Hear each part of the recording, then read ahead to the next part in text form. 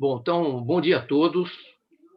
Nós estamos iniciando mais uma mesa inovadora do Instituto Capoc, tratando de um tema muito relevante, que é a neurotecnologia.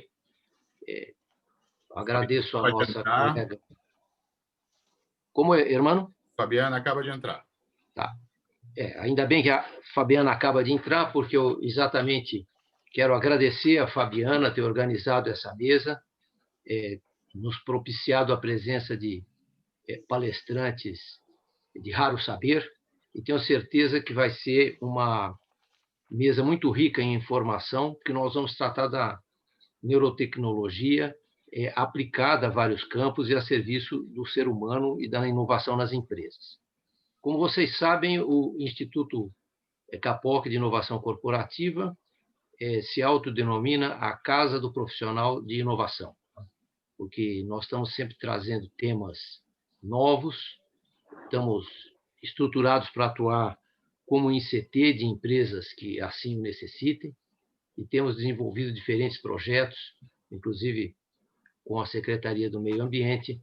Falávamos há pouco do tema da despoluição do Rio Pinheiros. O Instituto está colaborando com a CIMA, né, nesse projeto, com uma série de ações educativas, inclusive. Eu vou dar a palavra ao presidente do Conselho Deliberativo do nosso Instituto, Ludovino Lopes, que também preside essa mesa, para apresentar os painelistas e darmos pronto início aos trabalhos. Por favor, Ludovino. Muito bons dias a todos, como estão? Espero que sejam cheios de energia, embora aqui em São Paulo hoje, na verdade, o dia falta um pouquinho de sol, né? E sol, como a gente sabe, pelo menos aqui nos trópicos, dá energia, né? Muda a nossa mente, muda a nossa neurologia durante o dia e durante a manhã. Então, desejando aí um dia cheio de coisas boas para vocês também. E obrigado, Irã, aí pela introdução. Hoje temos um tema instigante, para não dizer o mínimo, né? E você colocou muito bem que o Capoc é a casa do profissional da inovação. Se tem alguém que está inovando e que está tocando o verge do conhecimento, né? São aqueles que estão lidando com as questões ligadas à neurociência e à neurotecnologia. Não bastava já eles estarem ligados à neurociência, Irã, eles estão ligados à neurotecnologia. Então, eles juntam as duas coisas para somarem algo mais instigante ainda, né? E hoje nós vamos ter conosco o professor Dr. Jean Faber, a Fabiana Nascimento e o Dr. Rodrigo Moraes para falarem para nós aí desse mundo fantástico que está acontecendo já, onde o futuro, na verdade, já é um presente e onde eles já estão pensando efetivamente em grandes feitos, grandes oportunidades para a ciência humana e para a sociedade também. O tema da nossa palestra de hoje é como é que a neurotecnologia pode ser aplicada aos negócios para transformar a sociedade. Eu queria apenas tocar em alguns pontos para abrir nossa oportunidade de recebermos o Dr. Faber, no sentido de colocar isto em duas ou três grandes dimensões. Uma primeira, sem dúvida, é essa relação do homem com a tecnologia. Isto é, ao longo dos séculos, ele foi se pautando por essa capacidade de fazer a tecnologia funcionar, em princípio, sempre a seu favor, mas algumas vezes ele usa ela não necessariamente da forma mais adequada.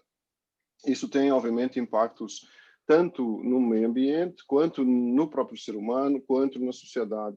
Então, uma das discussões, certamente, que nós precisamos ter, e certamente vocês vão abordá-la hoje, é essa relação da ética com a relação da tecnologia, com a relação do uso das ferramentais que estão sendo desenvolvidos do ponto de vista da sociedade, do ponto de vista dos seus impactos no sentido positivo. E aqui eu acho que a gente tem que começar a abordar um tema que é o tema de definir estes limites de alguma maneira. Embora eu não seja necessariamente um apologista de tudo temos que regular, tudo temos que criar uma lei, embora também seja advogado, mas algumas coisas elas precisam caminhar pelos seus próprios pés, pelos seus modos próprios.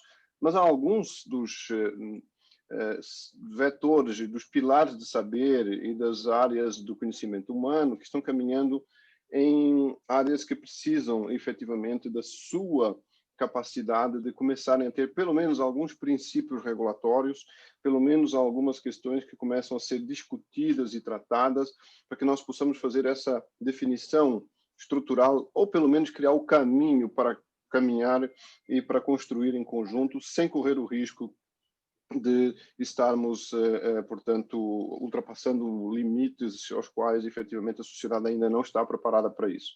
Então, a primeira grande questão que eu queria colocar para vocês é como vocês veem isso do ponto de vista desse impacto real na sociedade e como é que a gente trata esses temas tão candentes a partir desse processo. O segundo ponto tem a ver com a própria natureza humana e com o ser humano.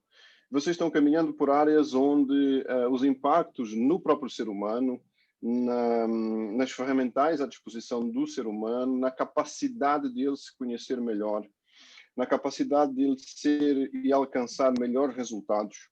E eu sempre vejo isto pelo lado positivo. Certamente terão alguns adeptos do lado negativo em termos de concepção, mas eu vejo isso sempre pelo lado positivo. Como isso pode e trazer uma capacidade de nós mesmos nos conhecermos melhor, de nós mesmos acessarmos capacidades, funcionalidades que não tínhamos à disposição, pelo menos na sua totalidade, e como isso pode efetivamente melhorar e transformar o ser humano, transformar a raça humana e, por consequência, as nossas sociedades.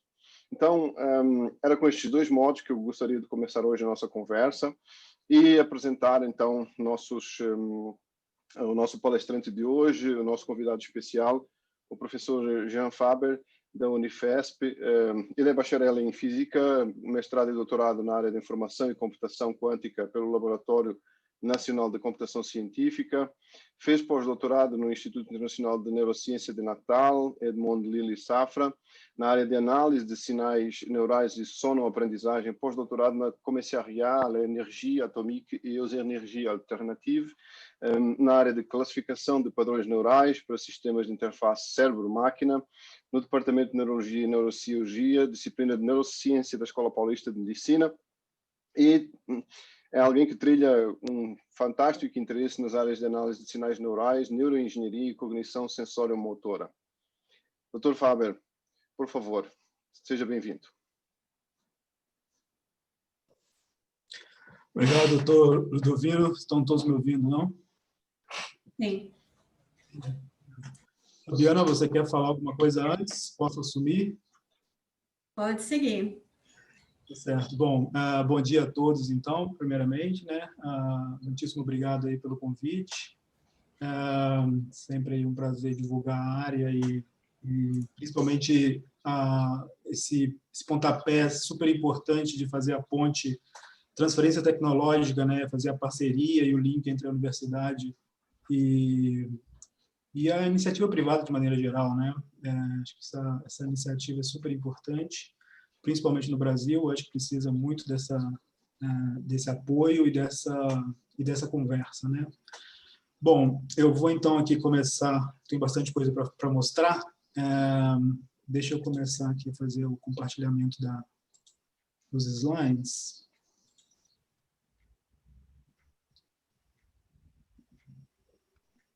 Vocês estão vendo a minha apresentação? Estamos. Tá.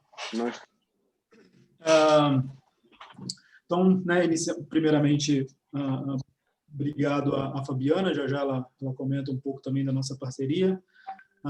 Atualmente é minha aluna, inclusive, na neurociência aqui, e tem sido assim uma energia, assim, né, um trator aí nessa iniciativa de fazer essa parceria entre a iniciativa pública e a privada, né?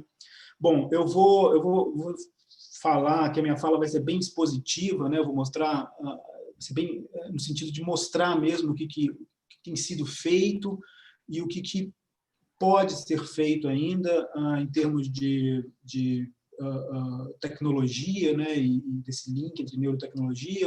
Inevitavelmente eu tenho que falar de alguns conceitos, mas vai ser tudo muito rápido.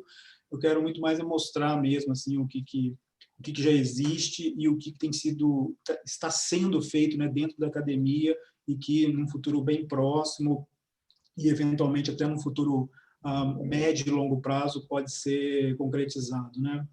Então, é mais para a gente então fomentar as ideias, né? Trazer aqui um pouco de novas ideias e desses conceitos novos e também antigos dentro da neurociência e dessa nova área chamada neurotecnologia, neuroengenharia e afins, ok? Então, vamos lá, e no final, então, se tiver alguma dúvida, a gente conversa então um pouco. Bom, aqui depois a Fabiana fala um pouquinho, né? Eu vou começar então aqui no meu primeiro slide, só para ter uma motivação assim bem pragmática, né? Na revista Fortune mencionou que 2020, né, vai ter um aporte financeiro projetado aí de quase 8 bilhões, né, só em 2016, e poderia chegar em 12 bilhões agora no ano de 2020. Né? E isso falando só de hardware, né, e tecnologias mais palpáveis, mas isso pode chegar até 150 bi ou até mais, se a gente incluir desde softwares e até mesmo neuromarketing, né, protocolos, ideias, envolvendo todo tipo e toda sorte de tecnologia associado a comportamento, a sistemas neurais e até a sistemas inteligentes como a inteligência artificial. Bom, neurotecnologia é difícil definir, né?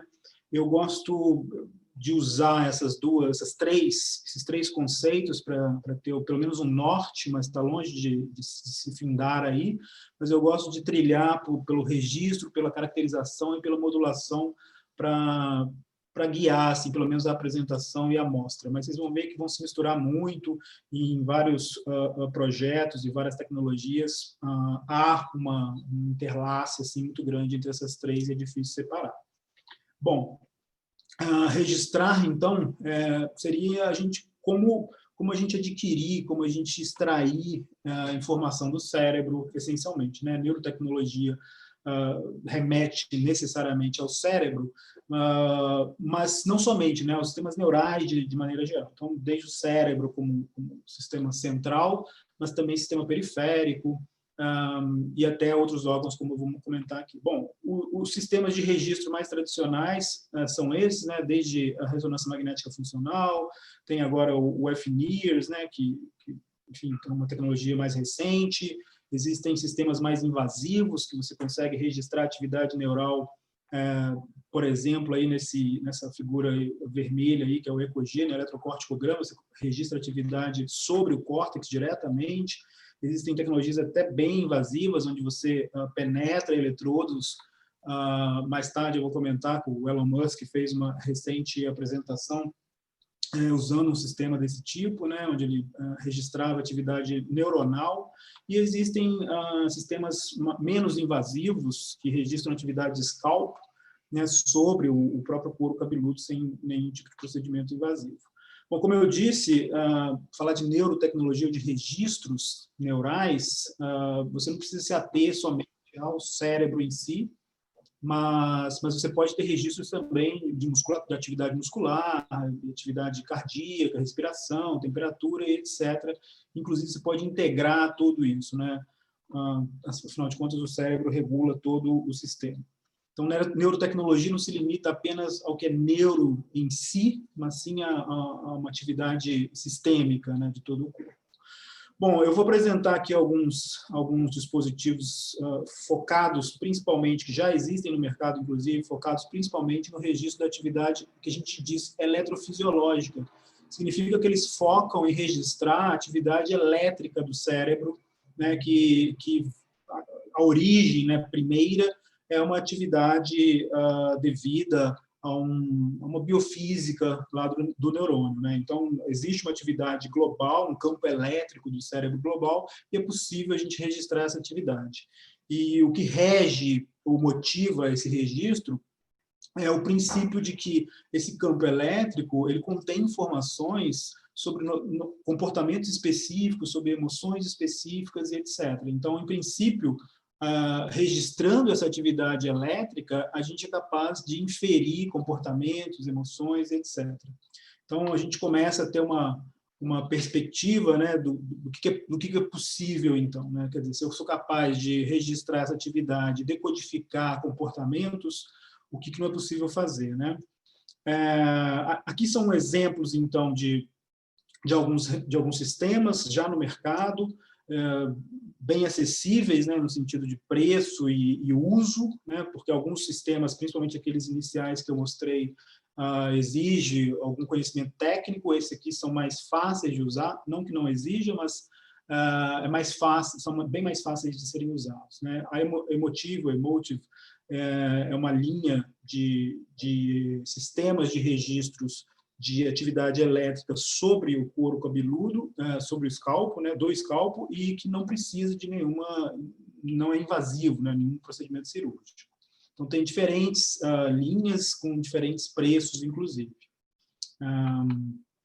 Aqui é um exemplo, né, da aplicação, aqui, né, de como se usar, né, aqui mostra aqui uma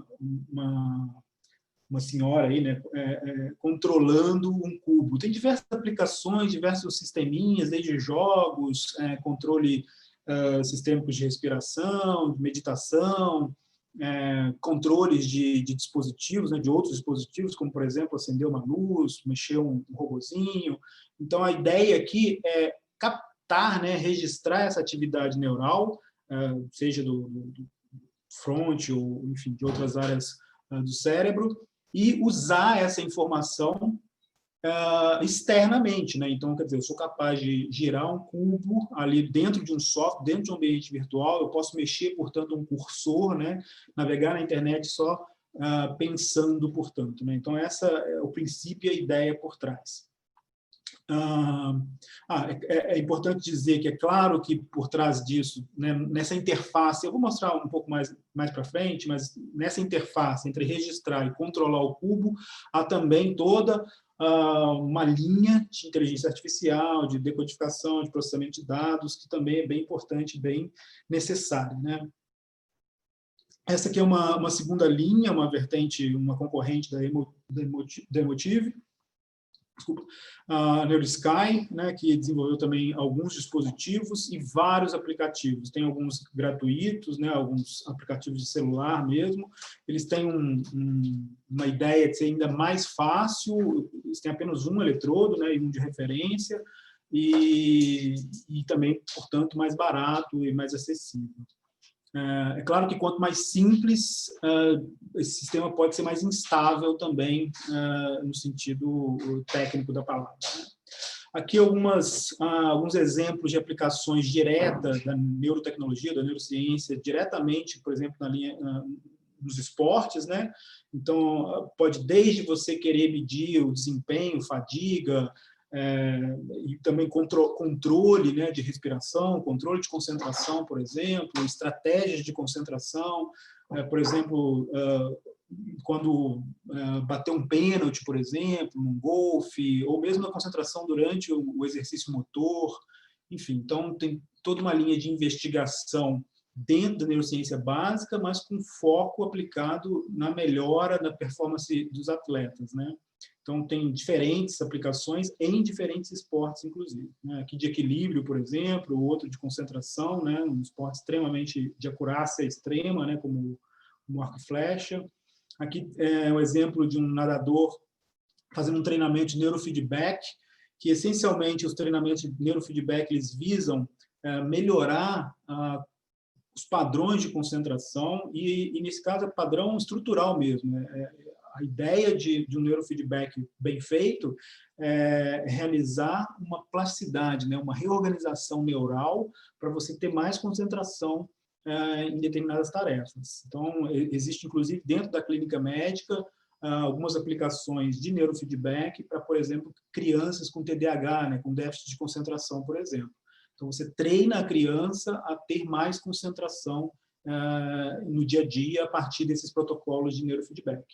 Aqui tem um outro exemplo também de remo, né? Existem várias câmeras aí, percebo aí que a atleta ela tem alguns pontos, né, no corpo, justamente para medir o comportamento dela, né, as trajetórias e execução de cada movimento, né? E com isso é possível você aplicar diferentes técnicas de análise para poder melhorar a performance, para corrigir certas posturas e etc., né? Aqui foi uma matéria do Estadão que eu achei interessante, que também é um outro tipo de sensor, né, que é chamado de eye tracking, que ele essencialmente ele mede ou ele avalia o movimento da pupila do olho, né? Então, aqui na primeira foto tem um exemplo aí de um tipo de sistema, tem vários sistemas, tem alguns que não ficam necessariamente fixo à cabeça, mas esse daí, tipo óculos, né, é uma câmera que fica filmando, portanto, o movimento da pupila, e com isso você consegue medir não só o movimento, né, o sacádico, mas também a dilatação da pupila e ter acesso a, por exemplo, o sistema cardíaco e autônomo.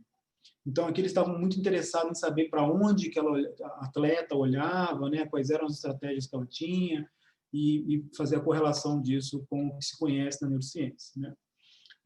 Esse é um evento que eu acho bastante interessante, Bathlon, que é realizado, acho que 2 em 2 anos, ou 4 anos, agora, acho que 2 em 2 anos na Suíça, e ele essencialmente é uma Paralimpíada, só que com neurotecnologia. Então, eles testam diferentes dispositivos, né? E aí a ideia é fazer uma concorrência, né? Uma disputa de tecnologia. E aí vai desde das melhores próteses, as melhores cadeiras, aos melhores sistemas de concentração, por exemplo. Então, aqui está a primeira foto ali ao alto, né? Está mostrando uma prótese onde a pessoa tem que enroscar, né, uma lâmpada ali, então ela tem que ter esse movimento fino, né? Só as próteses que conseguem fazer esse tipo de movimento com mais rapidez e eficiência, portanto, vão ter melhor desempenho na Olimpíada. E aí tem diferentes obstáculos para diferentes cadeiras e etc. Esse é um evento bastante interessante. No YouTube tem várias cenas que eu acho bem legal de ver. Bom, esse é só para mostrar, só para motivar, né, a fala de que uma outra vertente dentro da neurotecnologia é a caracterização de sistemas. Por caracterização, entenda-se não só, né, mas principalmente a aplicação de modelos matemáticos e técnicas de análise de dados. Então, toda sorte de técnica matemática, computacional, para se entender o que está acontecendo no cérebro, comportamento e sistemas afins. E aí passa, inclusive, pelos big data, a inteligência artificial, né, está bem na moda agora, machine learning, né, aprendizado de máquina, as redes neurais. Então, todos esses sistemas estão aí incluídos nisso que eu chamei de caracterização, ou inspiração também, né? Então, aqui é só para dar alguns exemplos. Na literatura acadêmica, né, tem assim, chovido agora artigos, né, voltados para essa linha tanto de Big Data, quanto também de inteligência artificial, análise de grandes dados, né? E também existem alguns consórcios privados já pensando já em como organizar, reter e usar esse tipo de informação, seja principalmente no âmbito médico e clínico, né? Então, juntar o maior número possível de informação, justamente para ter uma robustez na estatística para fazer melhores predições, né? Recentemente, agora, nesse caso da Covid, um grupo na Unicamp, por exemplo, propôs, né, idealizou, realizou construíram um teste de Covid baseado só em imagem do pulmão, né? Então, você faz a inferência matemática a partir de vários... Agora, para fazer isso, você precisa de vários casos reais para distinguir o que era Covid e o que não era. E o sistema, então, era capaz de fazer esse tipo de predição. E aí, né, extrapolando, existem vários outros sistemas, por exemplo, de câncer, AVC, epilepsia, enfim. Então, a ideia é juntar o maior número de casos possível para justamente a gente ter um melhor repertório e melhores inferências. Aqui são alguns dos maiores consórcios no mundo dentro da academia, né?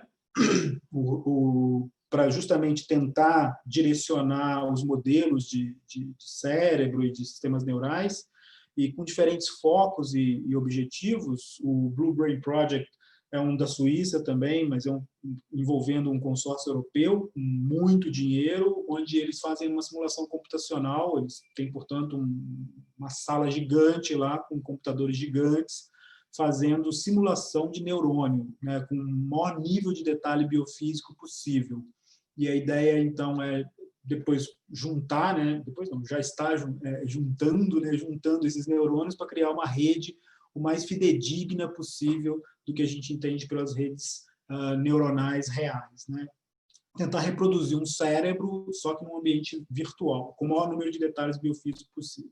O Human Brain Project tem uma outra pegada, o conectoma também, né? O conectoma é uma vertente parecida com o genoma, né? Só que ao invés de fazer o mapeamento do genoma, é fazer o mapeamento das conexões do cérebro, tanto estrutural, né, de neurônio a neurônio, região a região, quanto funcional, né? Ou seja, essa atividade aqui do hospital, qual é a correlação dela com a atividade frontal, por exemplo, e assim vai. Bom, aí uma outra vertente, mas ainda no sentido de modelagem, a gente tem os processamentos de inteligência artificial, né? Que eu trouxe a alegoria aí do Homem de Ferro, porque ele tem um sistema sensacional, né? Onde ele usa uma linguagem, uma comunicação com um sistema inteligente artificial, que é a linguagem natural, né? Ele não precisa programar, né? Ele não precisa de entrar num software específico, aprender uma linguagem de programação, ele fez isso antes, né? Mas dado o sistema operacional dele, que é o Jarvis, depois é o sexta-feira, ele consegue naturalmente se comunicar com esse sistema operacional, né? Então, ele fica num outro nível de operação, né? Toda a operação básica fica para o sistema operacional e ele só tem que gerenciar o processamento, né? Ele só diz o que ele tem que fazer.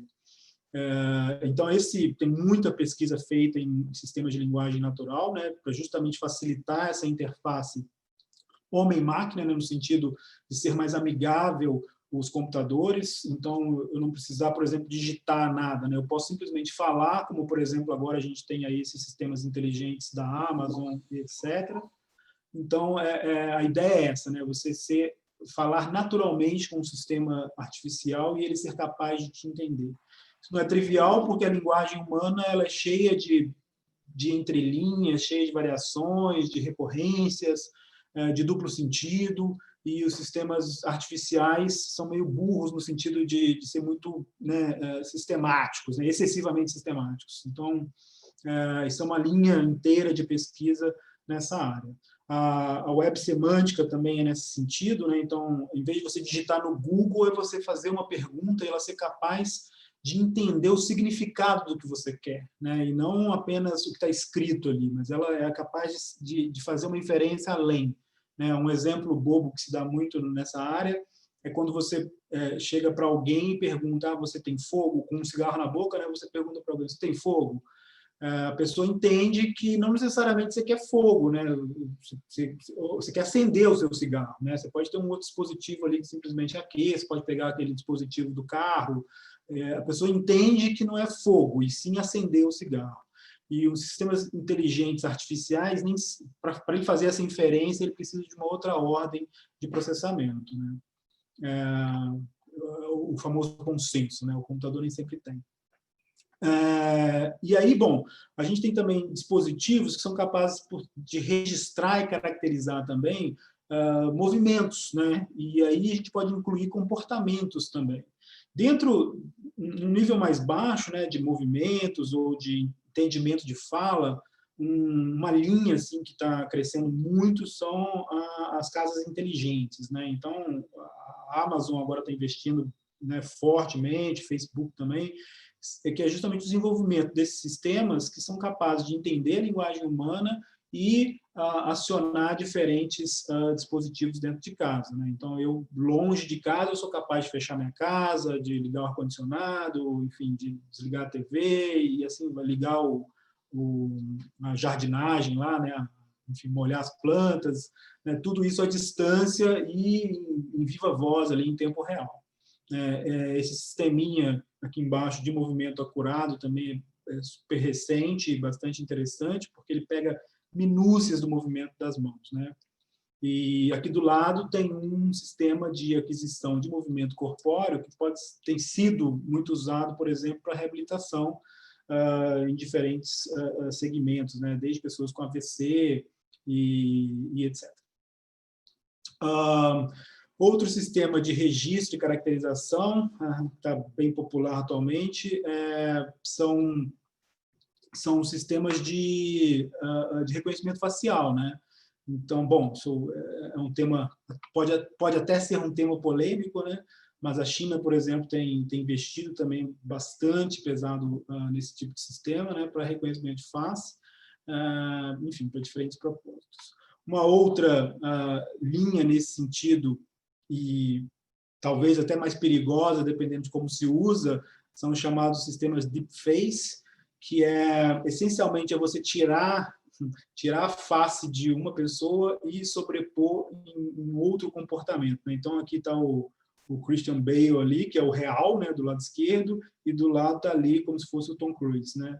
Então, você não vê a diferença. Agora, você imagina isso num sistema político, né? Você colocar uma pessoa, sei lá, com o rosto de um político falando ou se comportando de uma determinada maneira pode ser bastante perigoso, dependendo agora, principalmente aí nesse momento em que está se discutindo tanto fake news. Bom, na linha de educação, existem também diferentes sistemas. Aqui no Brasil, quem tem se dedicado bastante a promover a neurociência, não sei nem se aplicado é a palavra, mas voltada ao entendimento e melhora educacional, é o professor Roberto Lente, da UFRJ. Ele desenvolveu essa plataforma Ciência para a Educação. Enfim, reúne vários pesquisadores do Brasil inteiro e do mundo, e ele tem, enfim, sido esse porta-voz de trazer a neurociência para a educação, que parecia óbvio, mas não tem sido, né? E ele tem justamente promovido quantificar mais, né? Tentar entender e relacionar mais os processos educacionais, que é desde a aprendizagem, de tornar as facilitações, a comunicação, desenvolvimento de dispositivos, quais são as áreas, né, que processam determinados tipos de informações, né, de conteúdos, e como melhorar isso, como é que a gente consegue, utilizando a neurociência na educação, como é que a gente consegue, então, melhorar a educação. De novo, né, desde dispositivos até o próprio entendimento básico do funcionamento do cérebro numa determinada conjuntura educacional.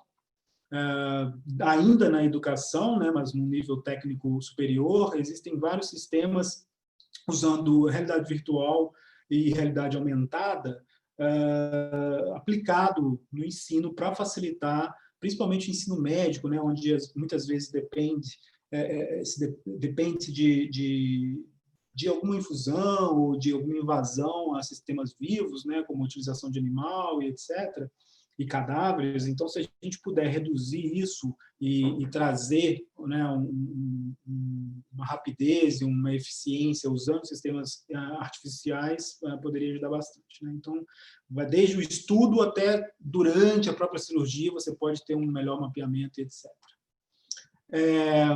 Bom, no sentido de modulação, esse é um pouco mais complexo, porque envolve interferir no cérebro, né? Então, registrar é você extrair informação do cérebro, ou dos sistemas neurais, né, de maneira geral.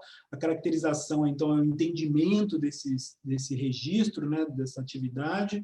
E a modulação é você interferir, né? Como é que eu jogo informação lá dentro para, enfim, diferentes fins. Existem três, pelo menos, existem vários, mas esses são os mais famosos e os mais usados na clínica, que é a TMS, que essencialmente é uma estimulação magnética, né, que não precisa de nenhuma cirurgia, você dá um pulso magnético e você consegue perturbar diferentes áreas, principalmente as áreas corticais do cérebro, e com isso você consegue modular o que você, enfim, está interessado aí na clínica.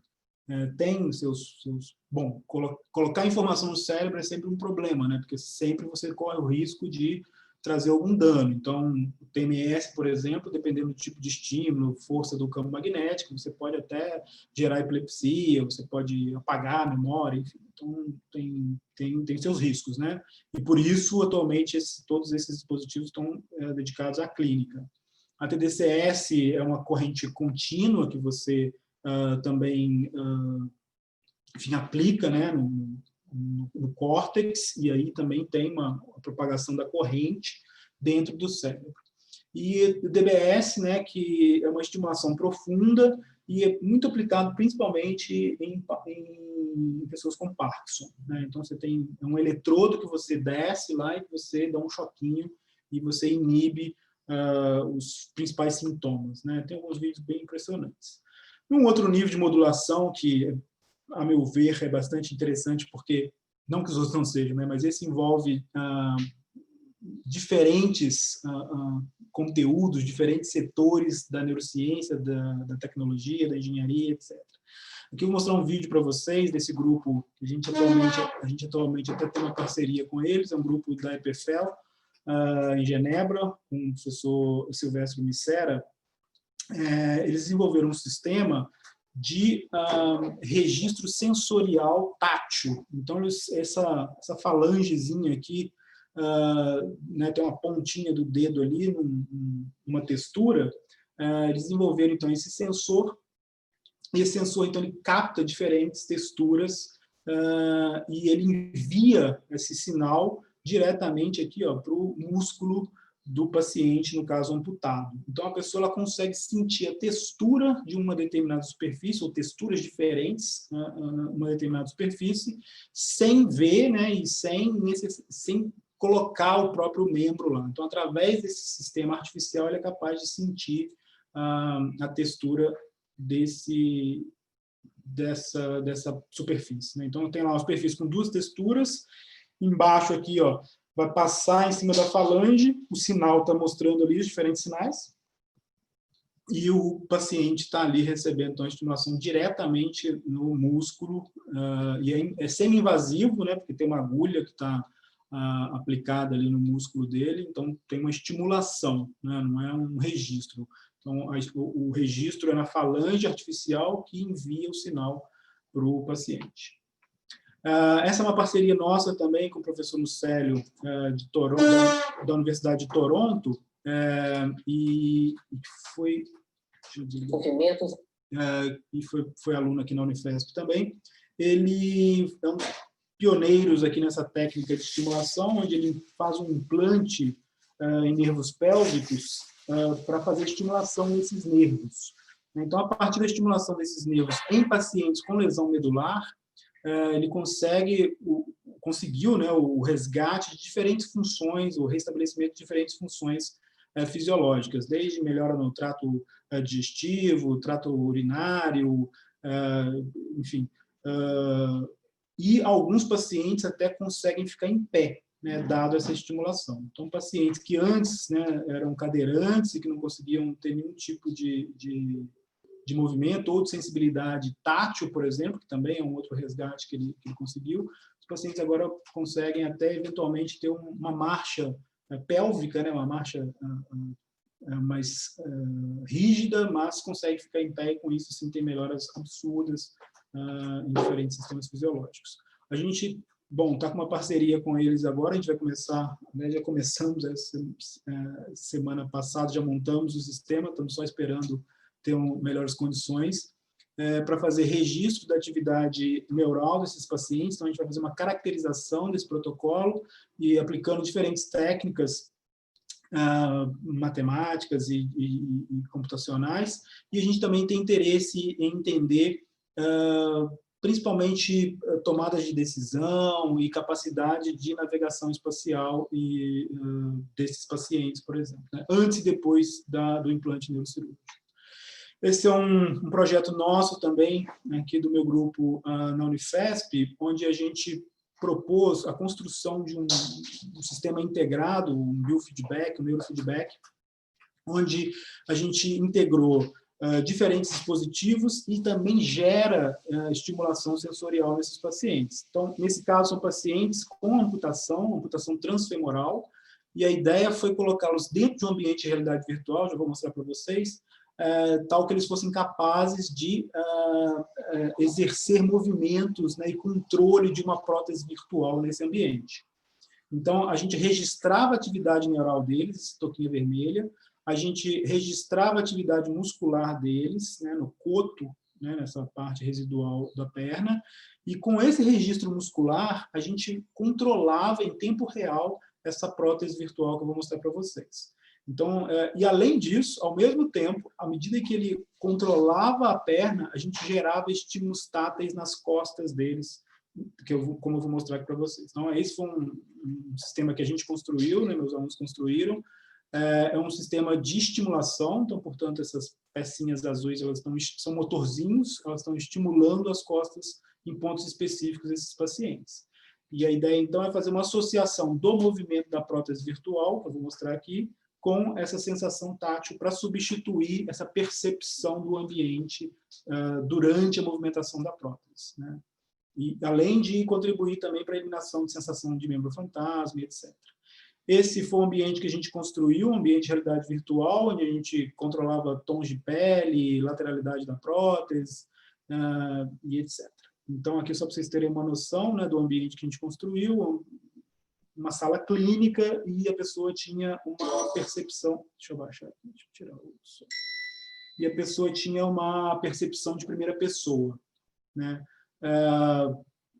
Tinha uma percepção de primeira pessoa do movimento da prótese, e ela tinha diferentes tarefas que ela tinha que realizar para efetuar essa reabilitação. Opa, deixa eu ver se eu consigo adiantar.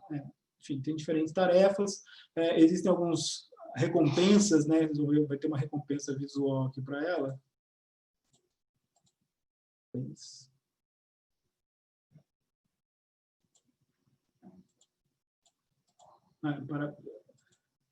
Aqui tem um parabéns, que é justamente para ter um reforço positivo do comportamento que ela está executando durante a tarefa.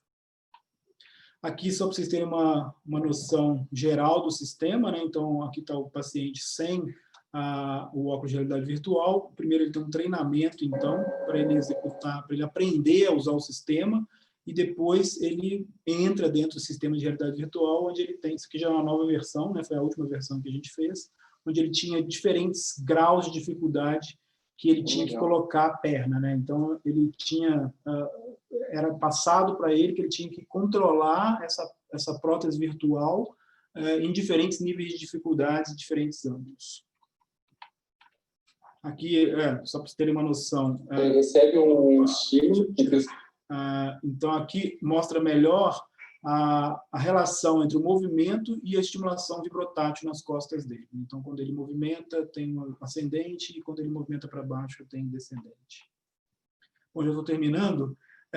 Esse aqui também é esse aqui também é voltado também à aplicação educacional clínica, e aqui a diferença é que tem um sistema áptico, né? Tem um retorno de força para que a pessoa tenha uma percepção do que ela está fazendo mais acurada, né? Então, ela tem essas canetinhas aí, ela exerce uma pressão contrária para que a pessoa sinta, né, o objeto virtual.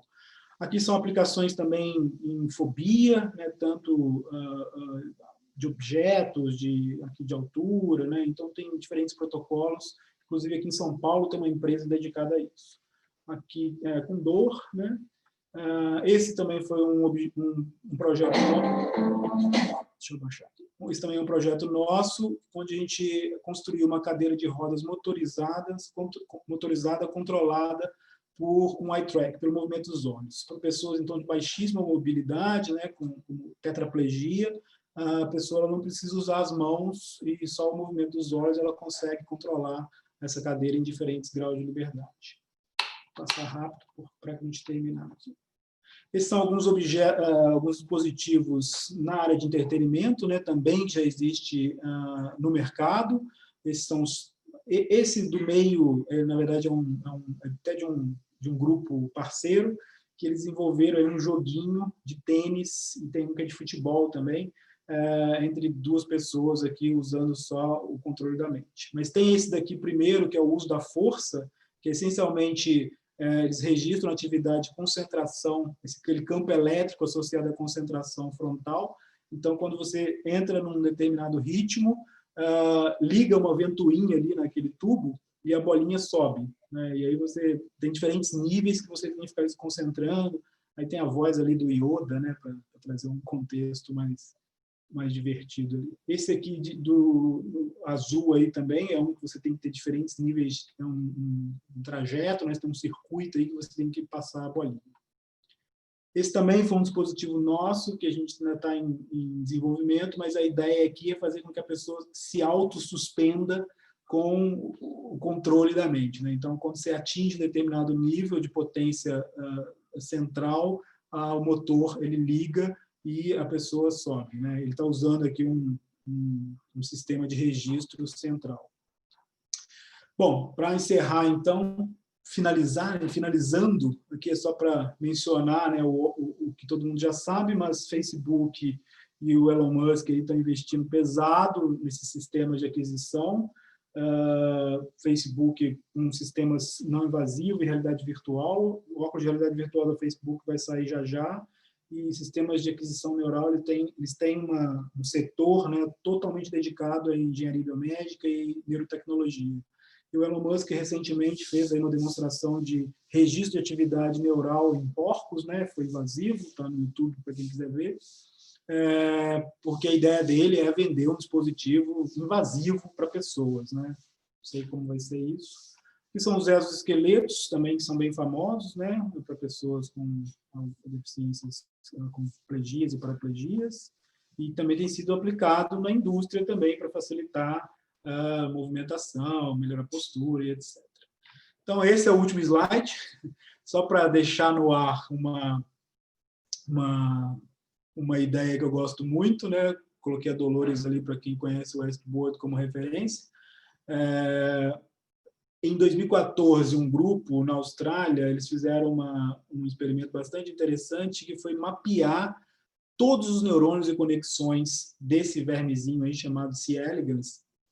E a partir desse mapeamento estrutural dessas todas as conectividades, conexões, eles então tinham isso mapeado computacionalmente, matematicamente, então programaram e colocaram isso nesse robozinho aí. E aí a proposta deles então é que esse robozinho ele está se comportando como se fosse o vermezinho, né? Então eles fizeram uma transição, uma transferência de personalidade do vermezinho no robô, né?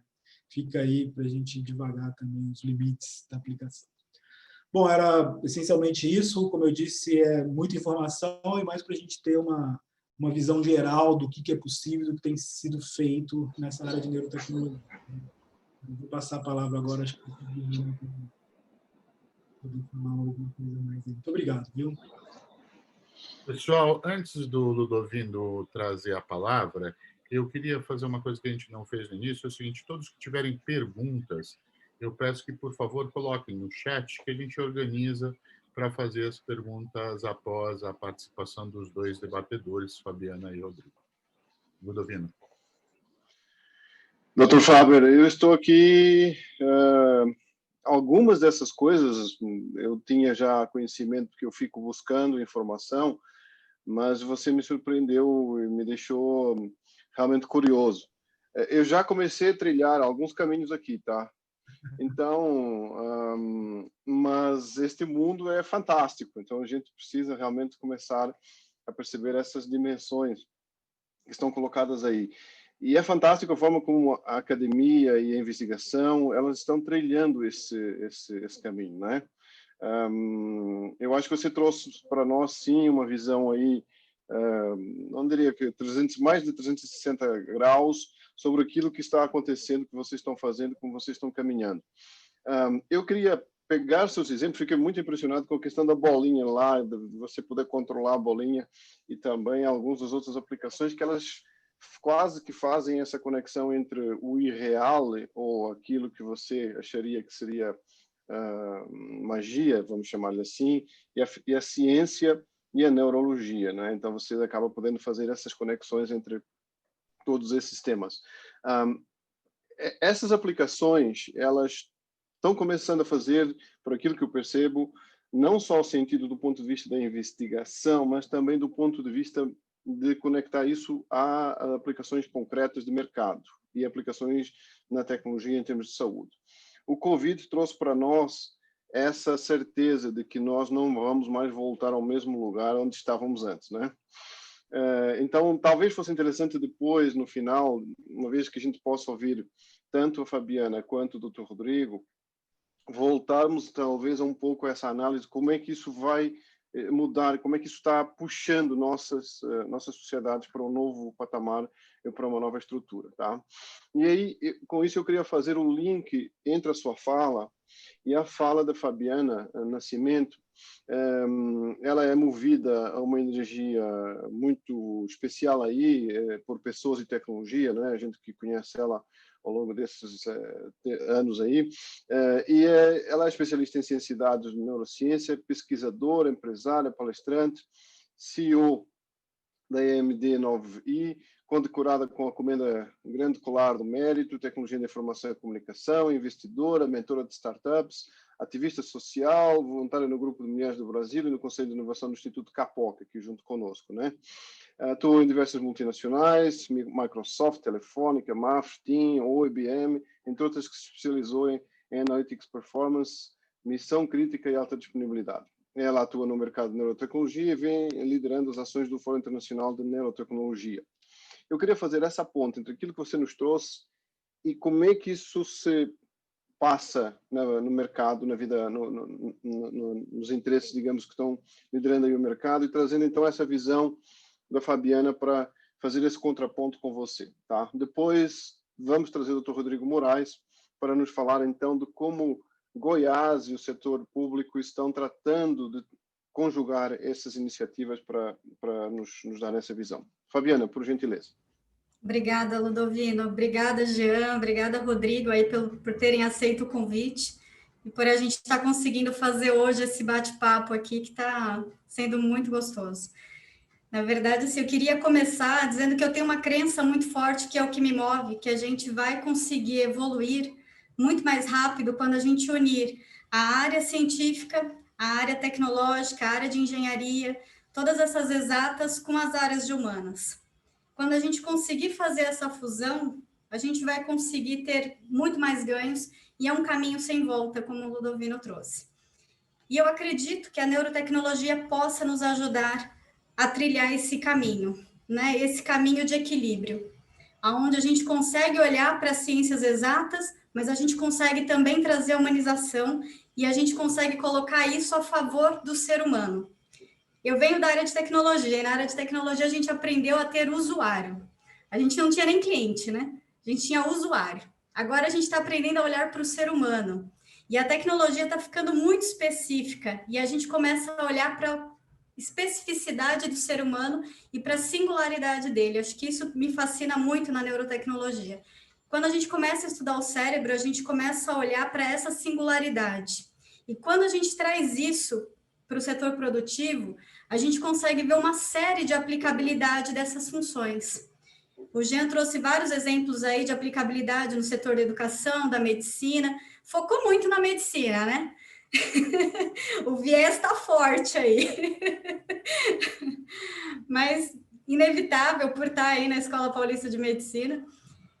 Mas eu vejo que as áreas que vão mais protagonizar o uso da neurotecnologia nessa década, eu não enxergo que seja a medicina. Posso estar equivocada, mas eu vejo a medicina com uma aplicabilidade já sólida, né, consistente, e essa consistência que a medicina tem já do uso da neurotecnologia, da neuroengenharia, é o que vai ajudar as outras áreas a pegarem esse gancho e crescerem. Eu vejo uma grande revolução acontecendo com o uso da neurotecnologia no setor de educação, no setor de esportes, na área de saúde mental, e quando a gente fala de saúde mental, vamos ir um pouquinho para o cenário de estresse, ansiedade, que isso afeta todos os setores, dentro do comércio eletrônico, dentro da indústria. Então, a gente tem vários segmentos dentro da parte de entretenimento aí que o Ludovino trouxe aí com os jogos, Existem vários jogos já prontos, né, que a gente pode utilizar. Então, esses setores, eles vão se beneficiar muito do uso dessas neurotecnologias. De 2020 a 2030, a gente deve ter aí nesse período uma década de estudo do cérebro mais focado, onde a gente deve trazer muito mais para o contexto que a gente está vivendo, a cognição, o uso das neurotecnologias, e isso vai fazer com que a gente ganhe uma outra roupagem na sociedade. Porque quando a gente começa a fazer uso disso e começa a integrar isso com o uso do ser humano, de novo, é um caminho sem volta. Vocês não conseguem mais hoje pensar em não ter um celular, em não carregar um computador super potente no bolso. A gente não consegue mais se ver sem o uso disso.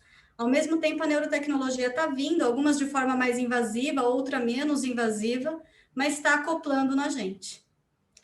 E aí, acho que a grande discussão, e o que eu tenho uma grande preocupação, e acredito que esse bate-papo ajuda a gente nisso, é como que a gente constrói uma rede, um ecossistema saudável para discutir isso com todos os setores. Para que a gente juntos consiga ver a aplicação no cenário comercial, que já está acontecendo, né? Então, assim, para extrapolar esse setor acadêmico, ir para o setor produtivo, ele já está acontecendo e não vai voltar atrás. E, ao mesmo tempo, trazer o setor público para nos ajudar com políticas públicas, com um código de ética, com regras, né, que possam balizar a sociedade para diminuir o impacto nocivo que isso pode causar. Então, eu fico muito feliz com todos que estão aqui, porque acho que todo mundo aqui, de alguma forma, tem, né, uma ligação com o tema e pode ajudar a gente a construir isso. Eu coloquei aqui um mapa que eu queria compartilhar com vocês, só para mostrar um pouquinho da expressão do Brasil. Eu consigo, hermano, puxar a tela aqui para fazer um compartilhamento?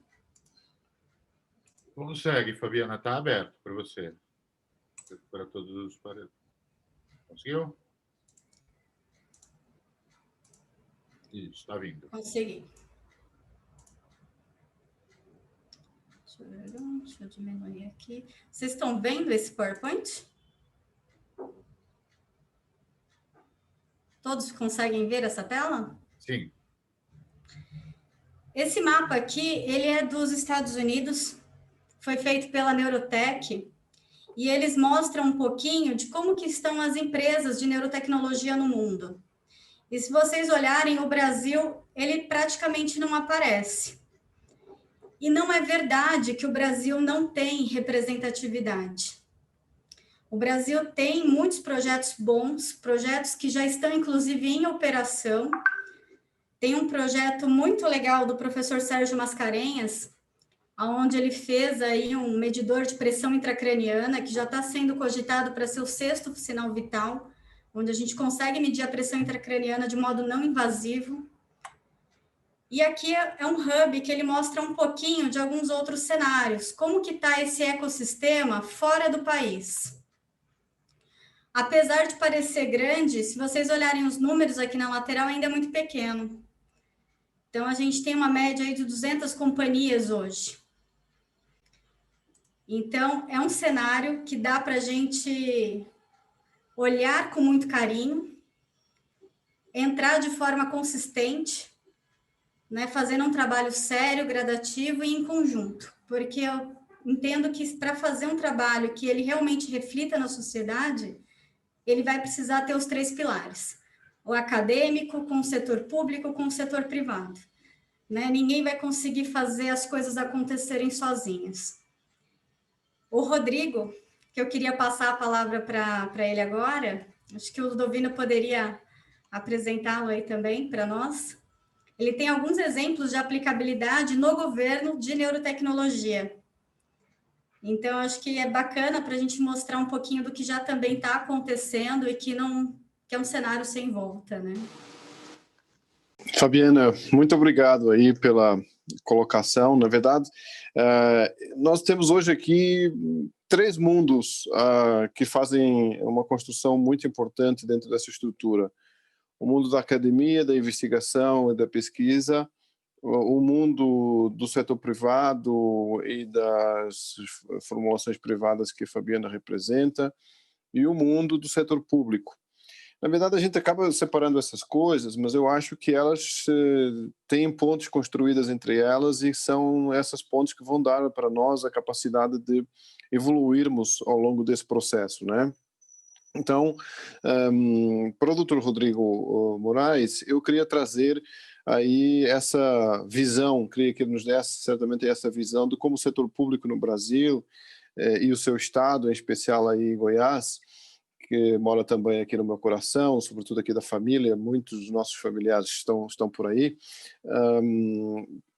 tá desenhando e estruturando esse desafio, né? Como é que vocês encapsularam e incubaram esse desafio aí?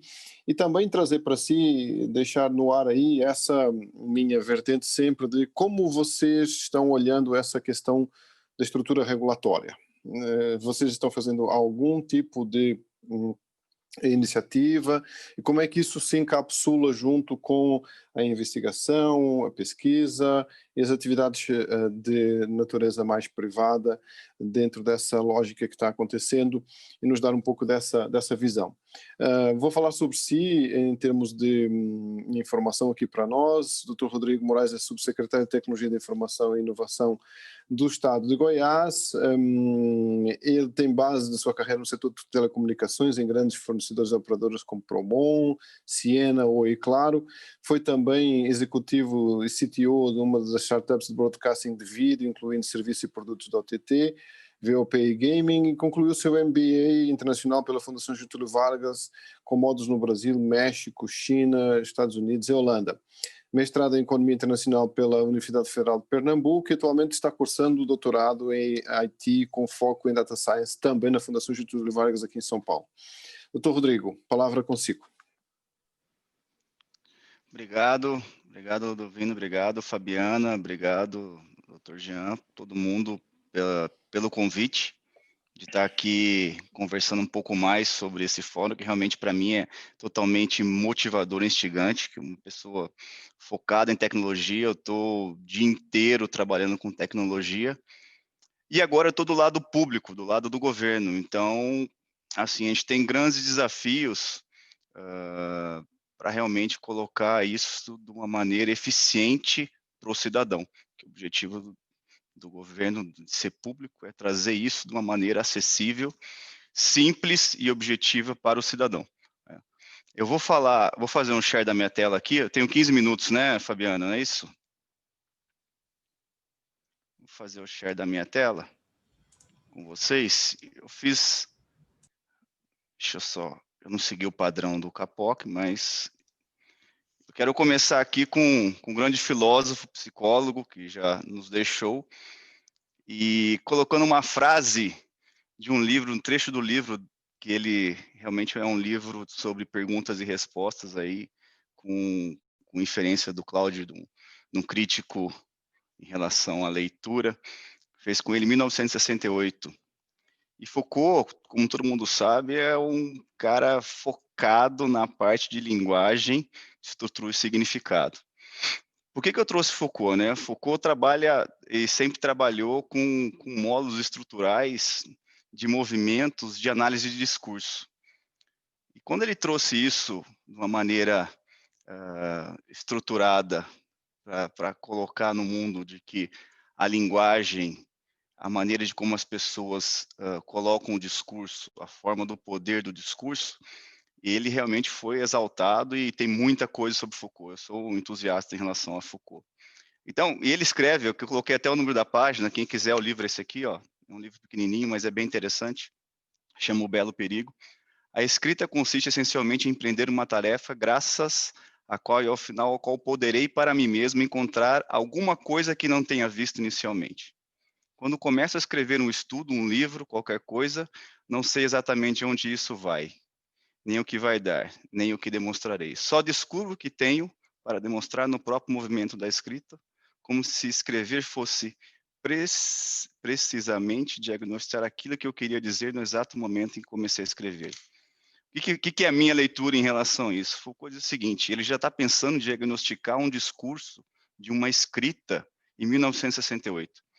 Quer dizer, ele já tem uma linguagem de análise de discurso, análise crítica do discurso para alguns entusiastas catedráticos, ou análise do discurso crítico em 1968. Então, assim, para mim é fundamental que ele já estava pensando nesse diagnóstico do que está por trás desse discurso, do que está por trás da escrita. Eu quis começar com isso porque o meu foco hoje de um projeto dentro do governo é educação. Então, eu quis começar com o Foucault, aí eu vou pegar o gancho dele lá na frente. Vou passar para a próxima comunicação. Para quem não conhece Goiás agora, vou fazer uns highlights. Fica no Centro-Oeste, como eu estou mostrando aqui, fica no Centro-Oeste. O nosso governador é o Ronaldo Caiado, né? Algumas informações básicas. Tem uma área territorial 340 milhões de metros quadrados, população estimada de 7,1 milhões, né, de pessoas. Isso aqui está tudo no IBGE, tá? Não inventei nada, não. Tem densidade demográfica, tem o DH de 0,7, é o 7º do país, né? Receitas, rendimentos, domiciliar per capita e quantidade de veículos. Hoje, em 2019, o estado de Goiás foi considerado o primeiro no ADEP em relação ao ensino. Eu vou mostrar para vocês, ao ensino público. Eu vou entrar um pouco mais em detalhes aí, só para vocês terem ideia do tamanho do estado, para quem não conhece, onde é e como que o estado de Goiás está sendo atrelado dentro do contexto Brasil. Baseado nessa validação de mundo, de perspectiva de educação, há 4 dias atrás, o Assunto, um podcast bem interessante, lançou uma perspectiva de educação no Brasil pós-pandemia, durante a pandemia e pós-pandemia, né? Realmente, essa evasão escolar virou uma doença crônica e agravada, né? Então, assim, a gente sempre fica se perguntando como governo, como que eu consigo chegar no estado onde eu tenho 246 municípios, uma população estimada de 7,1, o cara que está lá no noroeste do estado, como que ele vai ter acesso a essa educação, né? Se você pensar, no caso do podcast, 50 milhões de jovens, 20% não completou nem a educação básica, 20% são 10 milhões no Brasil, é muita coisa.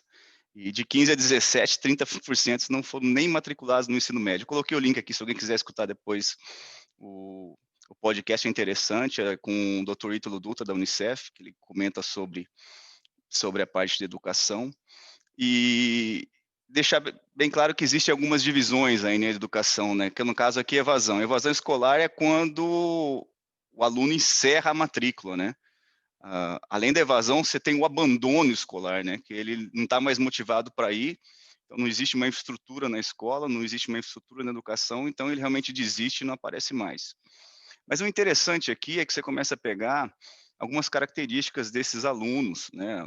70% desses alunos são meninos, vamos pensar assim. Você tem como que funciona essa família, né? Você pega a renda per capita do Brasil, como que funciona esse processo de infraestrutura que mantém o aluno na escola.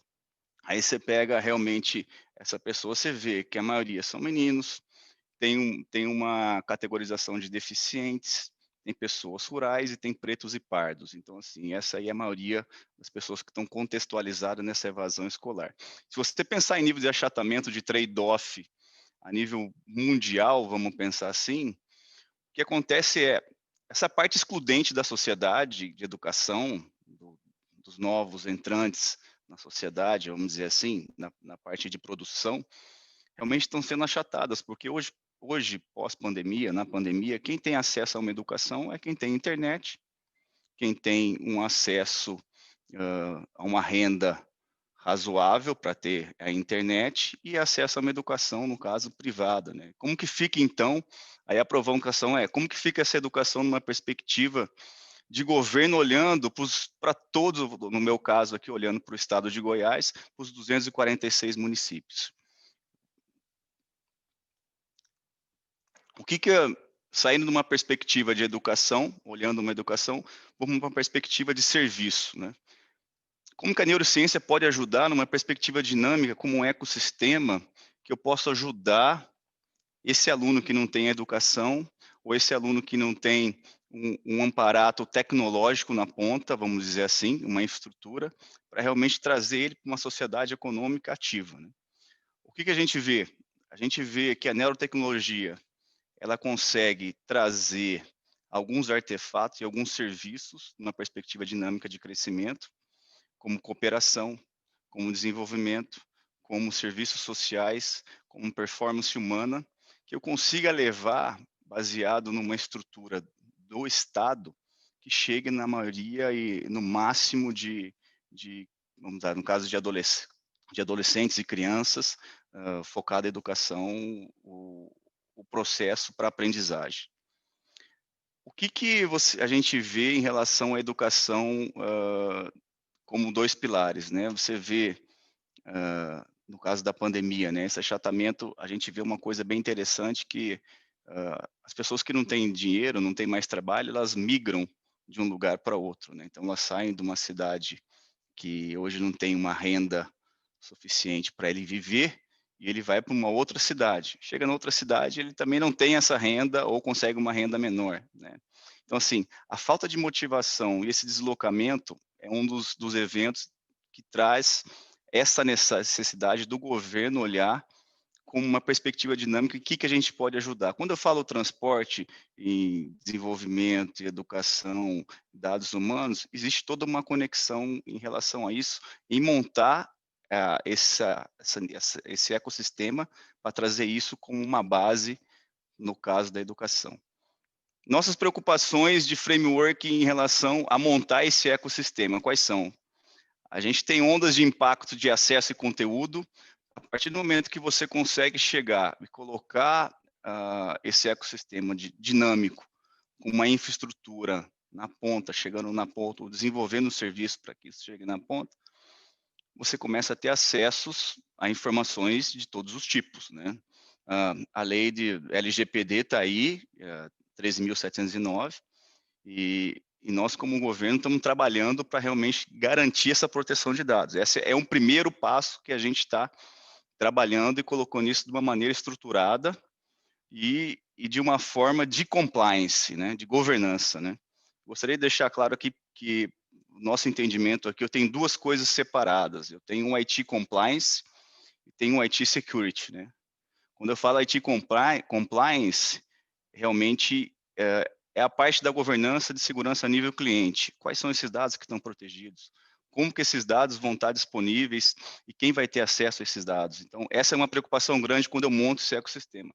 O segundo braço, vamos dizer, o segundo pilar é a parte de segurança. Então, assim, a proteção de alerta de acesso, de ataques e tudo mais, que hoje já existe uma estrutura de TI, vamos dizer, TI duro, vamos chamar assim, né?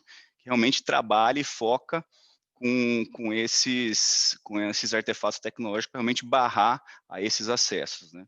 Então, a gente tem um processo hoje, que é lei, que o governo, no caso, não só o Goiás, mas a nível Brasil, né, de proteção aos dados, que saiu agora em agosto, tem planos de ação para realmente chegar a um ponto de governança, mas na hora que a gente passa por um sistema de neurotecnologia, a gente não pode pensar só isoladamente, tem que pensar no contexto geral de todo o ecossistema. Baseado nisso, o que no Estado nós estamos trabalhando com AI, vamos pensar assim, né, com uma parte de neurotecnologia. Como eu comentei antes, o Goiás hoje, o Estado de Goiás é o primeiro do ranking do IDEP em 2019, vamos pensar, uma das melhores escolas públicas que estão no país, estão no estado de Goiás. Então, sim, para quem não tem essa informação hoje, o Estado de Goiás é o primeiro lugar em 2019, 2020 não saiu ainda o ranking, mas está disponível.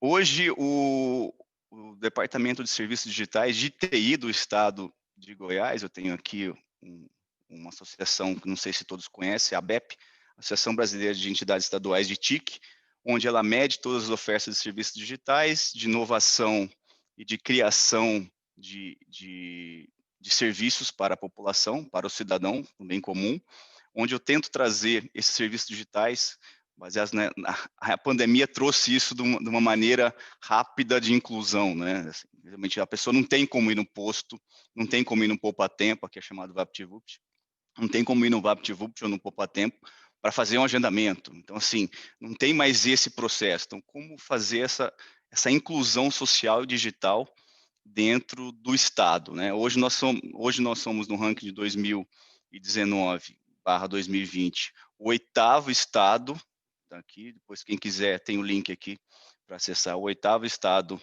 em oferta de serviços digitais. Nossa meta é chegar entre os 5 para o próximo ano. E eu vou entrar um pouco no detalhe e mostrar quais são esses serviços digitais. Deixa eu só voltar um minutinho. Quais são 3 projetos? Eu peguei 3 projetos mostrando como que a gente está usando a parte de neurotecnologia e AI, no caso, ou machine learning, dentro do Estado. Existe um centro de excelência de inteligência artificial lançado em Goiás, chamado CEIA. Convido a todos para verificarem o site, tem divulgação. É uma parceria da FAPEG, que é a Fundação de Amparo à Pesquisa do Estado, mais a CEDI, que é a secretaria onde eu trabalho, sou subsecretário do Estado de Desenvolvimento e Inovação, e mais a UFG, a Universidade Federal de Goiás. Então, existe um centro de excelência baseado em IA, onde realmente tem máquina, tem desenvolvedores, tem uma parceria junto com a Universidade Federal de Goiás, e nós estamos fazendo essa conexão dos dois lados, né, essa rede entre os 3, né, essa tríade, para realmente desenvolver projetos dentro das secretarias. Peguei 3 exemplos aqui para mostrar para vocês. Uma é correção de redação. Como funciona esse projeto, vamos falar, de IA dentro do Estado de Educação? Por isso que eu comecei falando sobre Foucault, para falar da escrita e da diagnosticação, da diagnose da escrita, de como funciona um projeto de IA no caso da redação. Depois eu deixo aberto, assim, totalmente disponível para quem quiser conhecer o projeto, ou quem quiser conhecer a CEDI, ou quiser conhecer o CEIA, a Universidade Federal de Goiás, para ver os projetos que realmente estão em andamento. Ele realmente, o aluno entra num site, vamos dizer assim, deixa eu fazer um zoom aqui, ele entra no site, né, é uma correção automática, e a gente pega 5 itens do Enem lá, que são analisados em competência em redação do Enem. Baseado nisso, ele entra com a redação, se é uma narrativa, uma descrição, ele ganha praticamente rapidamente um retorno desse ambiente, depois que ele submeteu, né, por um vetor e por um treinamento de IA baseado no que o aluno já escreveu ou não, né? E é claro que a parte de IA ele vai aprendendo, vai treinando, né? O processo realmente é treinado e vai criando rankings para esse aluno, né? E vai melhorando o que ele precisa corrigir ou não, o que ele precisa melhorar em relação a essa redação, né? Aí vem a pergunta, poxa, Rodrigo, então vocês querem acabar com os professores no Estado? Não, ninguém quer acabar com o professor, ninguém desempregado, assim. A gente quer que os professores ganhem uma relevância usando a tecnologia para realmente ganhar outras competências que eles realmente precisam para ajudar esse aluno para que consiga realmente passar no Enem ou passar no vestibular, né? A ideia é fomentar essa pesquisa dentro do Estado de Goiás, né? Deixando com que essa qualidade da educação seja cada vez mais relevante, não estou só dizendo só para alunos que estão no pré-vestibular, mas para adultos também, né?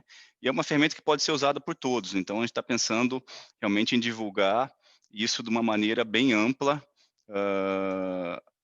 essa ferramenta de IA. Então, sim, é uma parceria junto com o CEIA e com a Secretaria de Educação, um projeto bem interessante, se alguém quiser conhecer, estou aberto para conversar.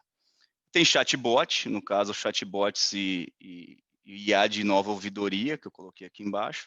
Praticamente é como tratar numa linguagem natural um problema que um cidadão, vamos pensar aqui lá na região sul, em Jataí, que é uma região um pouco distante do centro goiano, uma região bem grande na área de agronegócio, ele tem uma necessidade de acessar um serviço expresso de uma plataforma do governo, né?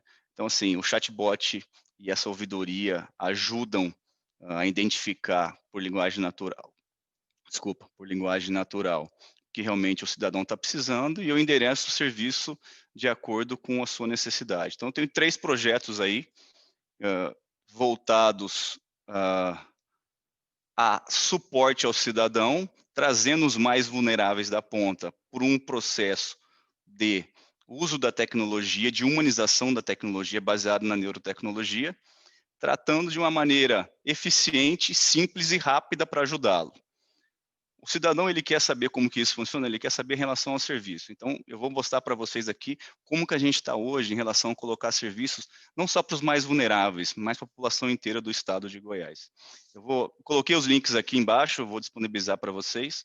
eu queria mostrar para vocês como que a gente está fazendo e está trabalhando na parte de TI e inovação o Estado hoje, né? Hoje eu tenho um portal, que vai ter um login único, onde o usuário, vamos dizer, Fabiana, entra e vai ter um login único, onde ele vai acessar qualquer serviço do Estado, de qualquer secretaria, e ele pode trabalhar de uma maneira eficiente em selecionar o que ele quer realmente tratar em relação ao portal do estudante, fazer agendamento, requisitar remédio no caso da saúde, obter segunda carteira. Então, assim, ele vai ter um humor determinado para a necessidade daquele cidadão, baseado em machine learning, né? Aí eu tenho todos os serviços aqui, onde eu tenho praticamente todas as quase 40 secretarias em um portal único, com um login único, onde eu consiga realmente chegar e disponibilizar isso de uma maneira simples para o cidadão. Ô, Rodrigo, mas só está no site? Não, eu também tenho um aplicativo onde eu consigo fazer a mesma coisa, né? O EAS Digital. Tá? Só voltando aqui para mostrar para vocês, e dentro da página eu consigo realmente pegar categorias em destaques, mostrar como a gente tem hoje 674 serviços ofertados, e hoje desses 674 nós tivemos um incremento pelo achatamento aí da pandemia, de acesso e tudo mais, com serviços digitais, tenho todo um planejamento de aumentar esse serviço cada vez mais, baseado na disponibilidade para o cidadão e usando tecnologias como IA, Machine Learning, Big Data, de uma maneira bem mais acessível para o cidadão, e hoje eu tenho 540 presenciais. Descendo um pouco o site, eu tenho nosso governador Ronaldo Caiado, a quantidade de vítimas da Covid, e eu tenho serviços, como por exemplo aqui, baseado em Machine Learning, de banco de sangue do Hemocentro. A gente faz campanhas mensais, onde mostram o alerta, por exemplo, o negativo está em alerta, né? O estoque a partir de 20 bolsas está estável. Então, assim, trazer isso para o cidadão de uma maneira simples, onde ele realmente, na hora que ele faz o cadastro, realmente receber uma informação de que ele poderia contemplar, porque o banco de sangue do Hemocentro está no nível crítico, no caso de O negativo hoje. Então, assim, o que está em alerta e como que eu consigo trazer essas campanhas, dando exemplo aqui no caso de saúde, no caso de sangue, para cada... Oi? Desculpa te interromper, mas eu queria te apressar um pouquinho para a gente conseguir ter alguns Tá. espaços para perguntas aqui. A gente já Não, mas eu acabei, praticamente eu acabei aqui a apresentação, queria mostrar a tela e colocar à disposição para realmente entrar em detalhes de projeto. No caso, eu estou focando só em educação. Eu não quis focar muito em saúde, porque saúde, o Dr. Jean já focou junto na parte bem de neurotecnologia, e a gente tem outras ações também dentro do Estado na parte de saúde, na parte de economia, e que a gente pode entrar em detalhe, tá? Bom, praticamente era isso. Agradeço pelo convite novamente. Posso conversar e estou disponível para conversar com quem deseja realmente mais detalhes sobre os projetos, o que a gente está trabalhando aqui dentro do Estado. Fantástico. Eu acho que eu vou passar primeiro a palavra para o Ludovino. Depois nós temos uma pergunta aqui no chat que eu vou repetir, e a gente pode abrir para outras perguntas. Ludovino, não sei como é que você quer fazer, passar para os comentários do Jean, talvez, sobre as falas da Fabiana. Depois eu faço as perguntas. Então, sem dúvida nenhuma, o importante, irmão, é podermos dar lugar aos nossos convidados aí para poderem colocar as questões, também aos nossos ouvintes aí poderem colocar as questões também que estão estruturadas. Eu queria só fazer uma provocação para os três, e a provocação é a seguinte: como é que eles veem essas três áreas trabalhando em conjunto para que a gente possa ser bem-sucedidos?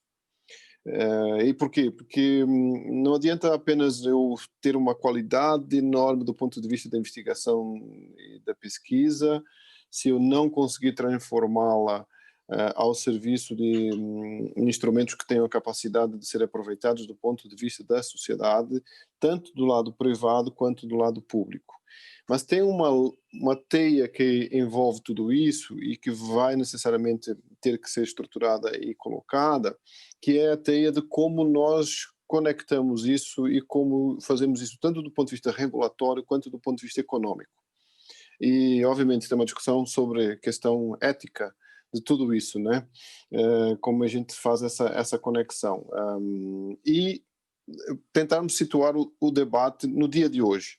Como vocês estão vendo com esse impacto do Covid tecnológico, né? Ele antes de AC e DC, antes do Covid e depois do Covid, no sentido dessa realidade que está acontecendo conosco hoje, tanto do ponto de vista do setor público, quanto o Rodrigo Moraes, eu percebi que ele está nos dizendo isso de alguma forma, ainda que subliminar, mas ele está dizendo o mundo mudou aqui e eu estou tendo que fazer uma pequena revolução para conseguir levar os meus cidadãos nesta máquina que já estava aqui, como com a Fabiana do ponto de vista de como que ela está vendo essas oportunidades acontecerem e a demanda que está sendo trazida para as costas do Dr. Jean Faber aí por essas oportunidades novas que estão sendo colocadas. Câmbio. Vamos fazer um minutinho de cada um, rapidinho, para a gente ter mais 2 perguntas? Tá bom. Bom, Ludovino, acho que respondendo a sua pergunta, eu entendo uma palavra: colaboração. Eu não consigo ver nada disso acontecendo se a gente não começar a olhar realmente para a colaboração. A gente trabalhou muito na competitividade, mas a gente está vendo, e acho que o Covid trouxe muito isso para nós, essa transformação digital acelerada, a forceps aí em muitas companhias, veio muito por causa da colaboração. As pessoas pararam de olhar qual é o seu papel e passaram a se unir para um propósito, porque tínhamos uma pandemia, tínhamos que fazer uma virada e as empresas tinham que se tornar digitais.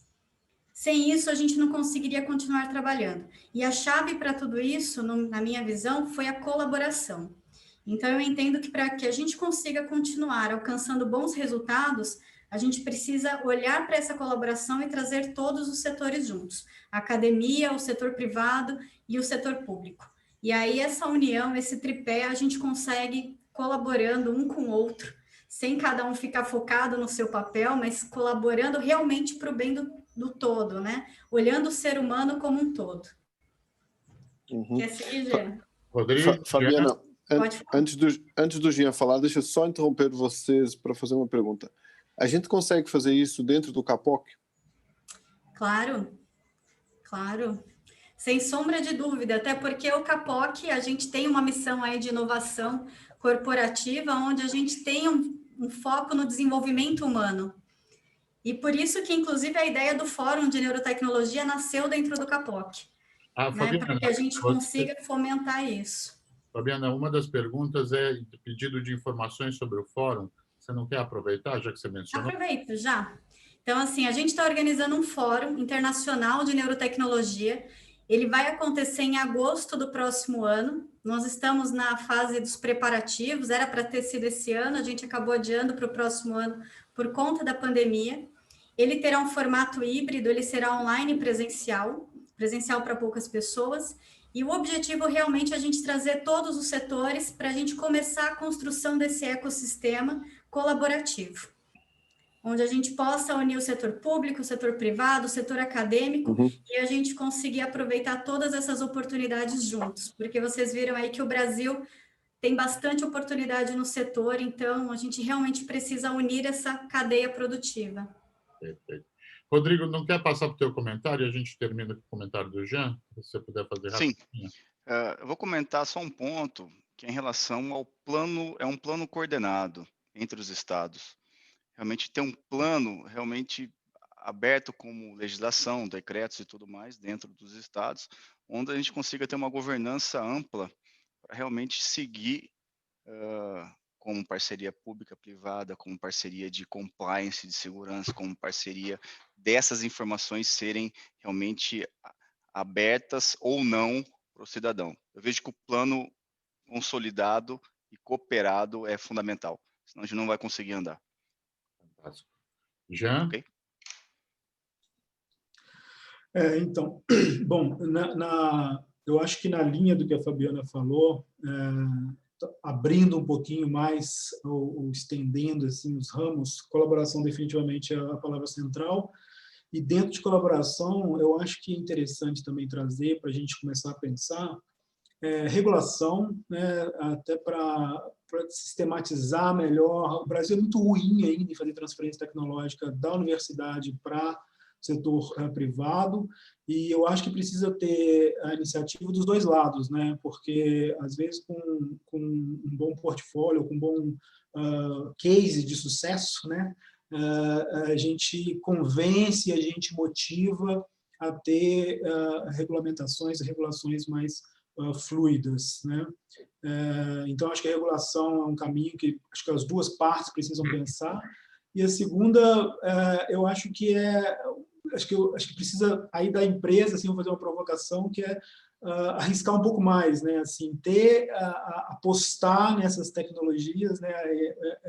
Talvez essa ideia da Fabiana, eu acho que é sensacional, de criar um hub onde haja um portfólio, onde faça esse intermédio, até para que as empresas também saibam o que está acontecendo, né? Eu acho que esse tipo de iniciativa é interessante justamente para se ter uma noção do que é possível investir, o que existe, né? Seja na medicina ou não. Onde é que a gente pode aplicar e o que a gente pode tirar ou trazer da universidade, né, do setor público, e fazer essa transferência. Então, eu acho que essas duas, né, essa motivação de risco, né, de ir atrás, né, acho que esse tipo de hub é fundamental, definitivamente, para o Instituto Capoc. E aí pensar junto as regulações e regulamentações para que tenha um fluido mais fácil, né? Acho que outros países já fizeram tanto sucesso. Eu tive na Suíça, a PFL, por exemplo, ela, né, totalmente fluida nesse sentido de setor privado e a universidade, né? Quer dizer, tem a universidade dentro da universidade, com projetos. Aqui no Brasil também existe, né? A COP, o USP, o Unicamp foi construída assim. Mas o Brasil ainda tem barreiras, e aí, aproveitando o setor governamental também aqui na conversa, eu acho que é interessante a gente trazer para conversar todo mundo, né? O que o setor público pode ajudar, o que ele precisa, né? Porque, às vezes, existem entraves que são inerentes à própria estrutura, e o que então, o setor privado pode ajudar, e o governo também, né? Muito bom, Jean. Eu queria antes, a gente tem um ritual aqui de tentar sempre terminar no horário, mas a gente faz uma lambuja logo depois. Então, eu queria chamar o Irã para fazer as palavras o nosso presidente da diretoria, mas antes, aqui na qualidade de diretor executivo, eu queria reforçar a ideia da colaboração. Eu acho que eu prefiro a palavra cooperação, mas ela é parte da nossa Constituição, é razão de existir do Instituto, e também é fruto da minha pesquisa pessoal, o assunto da minha pesquisa pessoal nos últimos 20 anos. Quer dizer, nós mudamos o paradigma, né? Nós estamos tendo uma grande mudança do mundo. O mundo saiu da narrativa da competição e está entrando na narrativa da competição, da cooperação. É uma mudança enorme, uma mudança que vai mudar o discurso, e não é uma mudança fácil. Irã, vamos fazer aquele encerramento e depois eu faço outras perguntas aqui que existem, Ok. se os nossos palestrantes puderem, né, continuar aqui. Bom, antes de fazer o encerramento formal, eu quero parabenizar o Rodrigo, que nos trouxe uma informação preciosa. Ele deu uma pequena amostra do que está sendo feito em Goiás, e que eu acho que, com certeza, é algo que vai servir de modelo para todos os estados brasileiros. Parabéns, Rodrigo. Muito, muito impressionante o que você nos mostrou em termos de inclusão social através do uso da tecnologia, né? Muito em linha com o que a Fabiana gosta de enfatizar, que é a tecnologia a serviço do ser humano. Nós vamos fazer um encerramento formal agradecendo a presença de todos, em especial, evidentemente, dos nossos palestrantes, e lembrando que, como nós temos consciência de que as pessoas têm os seus compromissos, sempre que fazemos a mesa inovadora, desde o formato presencial até nessa etapa sempre virtual, nós encerramos formalmente, mas é como se depois do encerramento tivesse aquela hora do cafezinho, onde quem deseja continuar batendo papo com os debatedores e o palestrante fica à vontade. Então, quem precisar sair, sinta-se confortável em fazê-lo.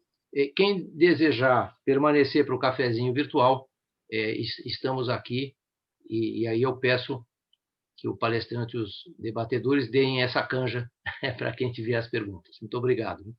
Eu vou começar e vou pedir agora. Nós tínhamos uma última pergunta aqui por escrito, mas a pessoa saiu e, na verdade, era mais uma provocação que eu ia pedir para a pessoa, que é uma dentista, que disse que tinha utilizações dos temas na sua própria área, para que ela se colocasse. Infelizmente, ela não está mais conosco.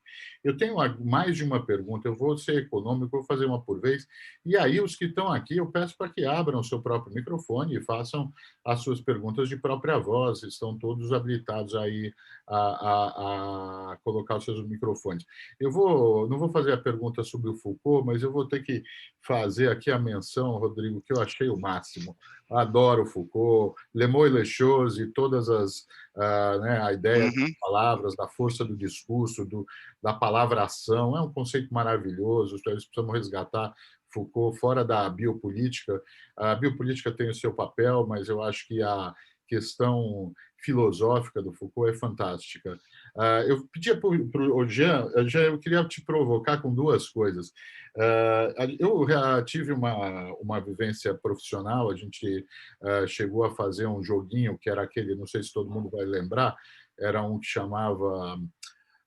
agora, só porque eu falei, era um que caiu umas frutas e você cortava as frutas, foi muito popular no começo do iPhone, eu acho que chamava Fruit Ninja, lembrei o nome. E a gente chegou a comprar como é que chama, os capacetes lá, compramos um baratinho e montamos um Fruit Ninja que era jogado não era jogado pelo computador ainda, né? Mas a gente fazia ficar mais difícil ou menos difícil de acordo com o nível de concentração, usando as ondas de EG. Então, minha pergunta para você dentro desse contexto você acredita no mais invasivo ou você acredita mais nos métodos invasivos ou você acha que os não invasivos vão chegar longe? E aí eu vou te fazer essa pergunta com uma ilustração, não sei se você já teve a oportunidade de ler, mas aos que não tiveram, a nova série do William Gibson, que é o inventor lá do termo cyberespaço, com o Neuromancer, no conto de John Mnemonic, ele criou a série que deu origem à série Matrix, tal. Então o Gibson, que é um visionário, acaba de lançar um livro, agora no começo do ano, chamado Agency, que é a continuação de um outro chamado The Peripheral, e eles são fantásticos, não sei se você já teve a oportunidade de ver, mas eles são muito bacanas, e nele tem uma coisa muito, muito, muito interessante, que são os apetics a partir da língua.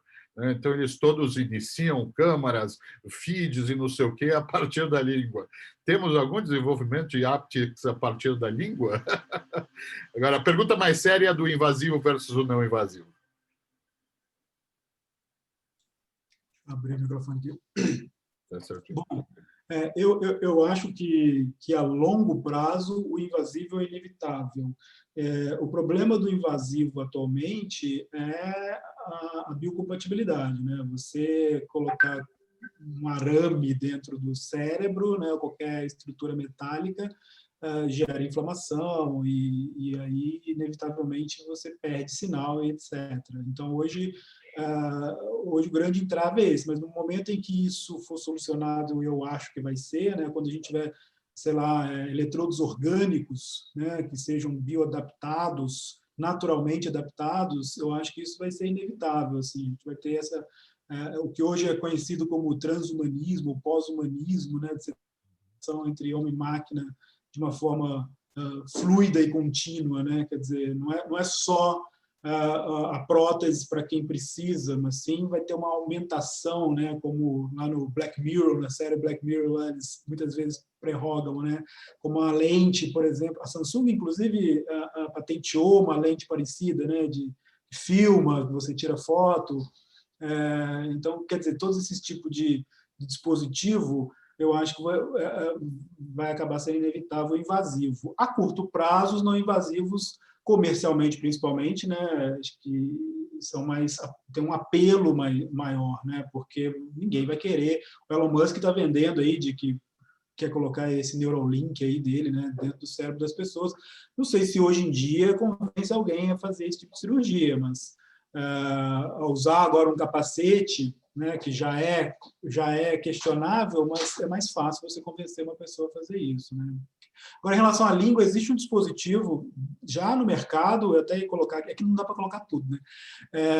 Mas existe no mercado um que é para deficientes visuais, onde existe uma plaquinha que ela emite alguns estímulos e a pessoa coloca na língua e aí tem uma câmera, né, que converte então as imagens nessa estimulação na língua. E a pessoa literalmente vê com a língua. E tem uns vídeos no YouTube, né? Bota lá Blind Tom lá que você vai ver algumas coisas bem interessantes assim.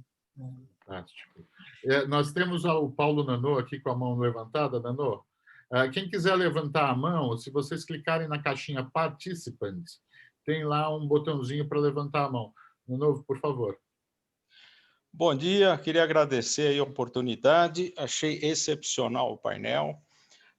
O motivo aqui de eu levantar a mão, o Irã e a Fabiana estão sabendo de um projeto que eu estou trabalhando, eles estão comigo, relativo ao legado olímpico.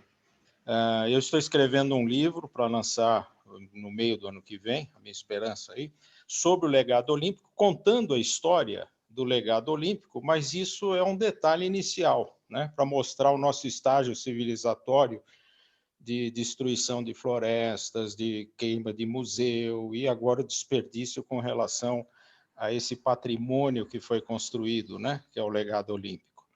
E o que nós estamos perdendo por não ativar esse legado olímpico é uma coisa assim impressionante. E hoje o tema que foi colocado aqui é justamente uma das pontas, né, que afloram dessa perda, porque nós não estamos trabalhando pesquisa, não estamos trabalhando tecnologia, instrumentos de medição e toda a parafernália que vem junto com esse desenvolvimento, né?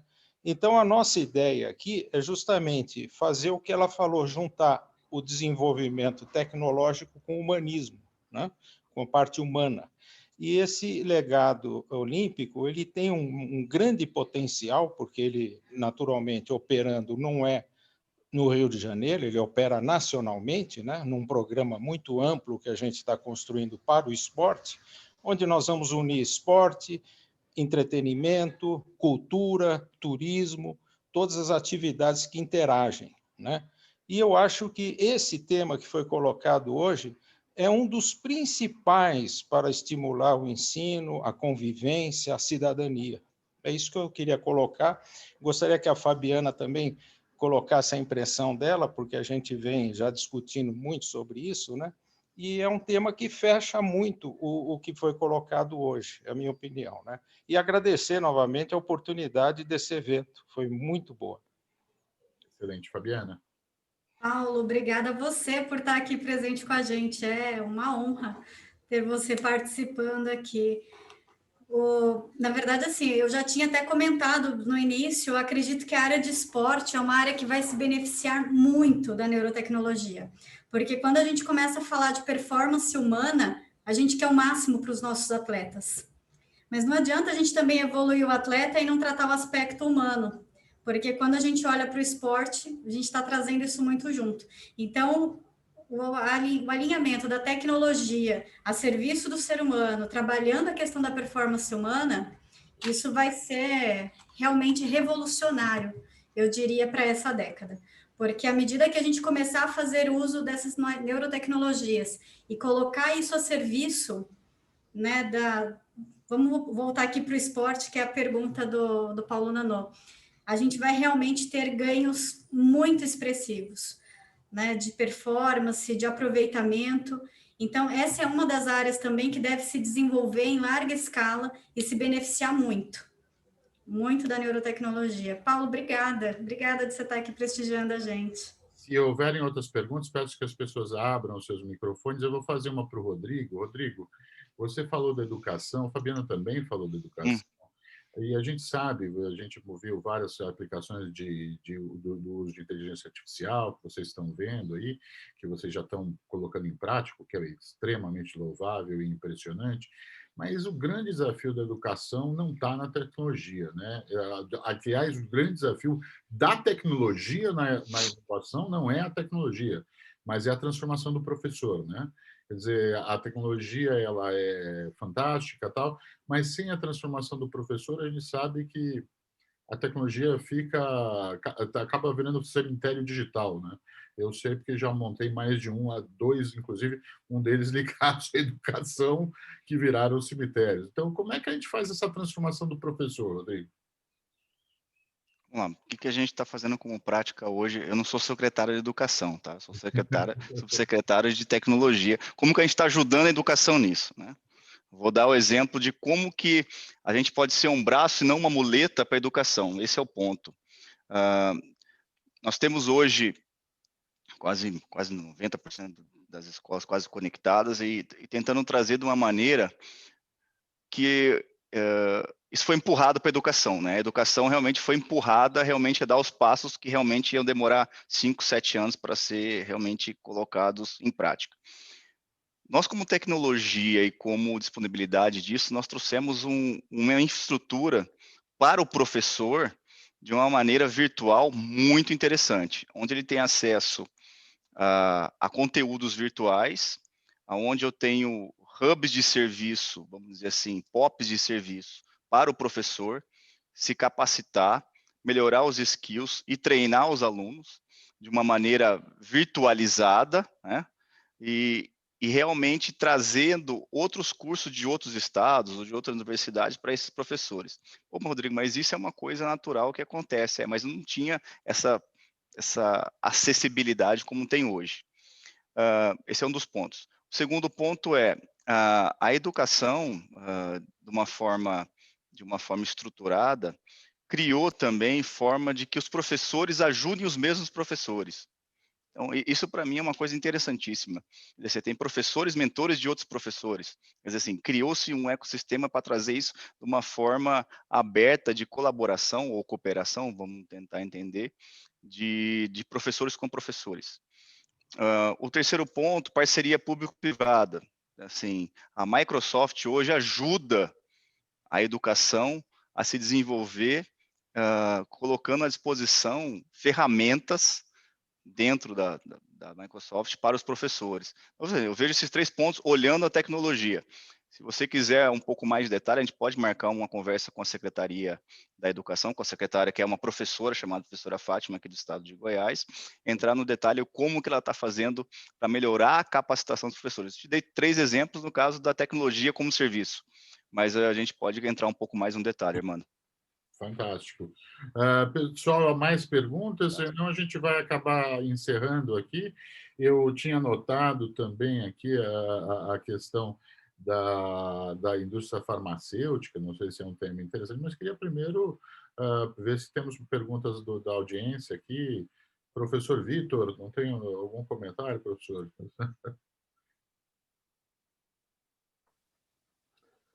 Agradeço a gentileza primeiro, a gentileza do convite para participar dessa mesa muito interessante, agradecer aos presentes e aos palestrantes, e eu sei que não é propriamente o grande tema e pano de fundo, mas ultimamente eu tenho conversado com secretários de educação de algumas cidades, e também, junto com o Irã, no nosso grupo lá no IEP, conversado.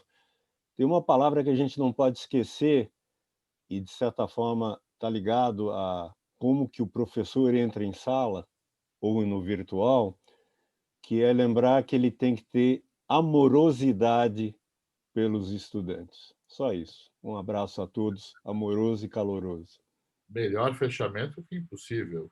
Temos algum outro comentário? Senão eu acho que iremos por agradecer ao professor Vitor por esse fechamento.